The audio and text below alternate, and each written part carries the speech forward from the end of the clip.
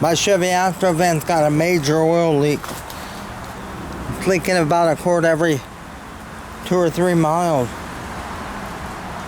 I thought it was the rear main seal.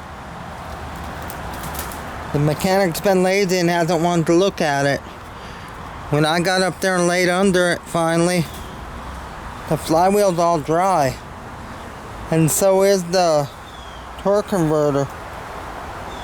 It turns out I think it's the oil filter housing.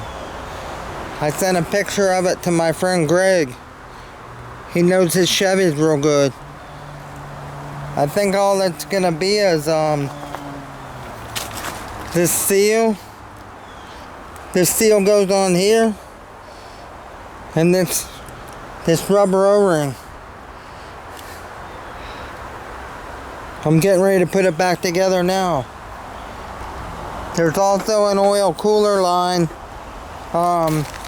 seal that I want to replace while it's apart anyways. The parts are all GM parts.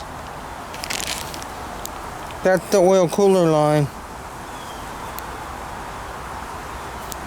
The van's been a good van other than the oil leak. It's got 325,000 miles on it.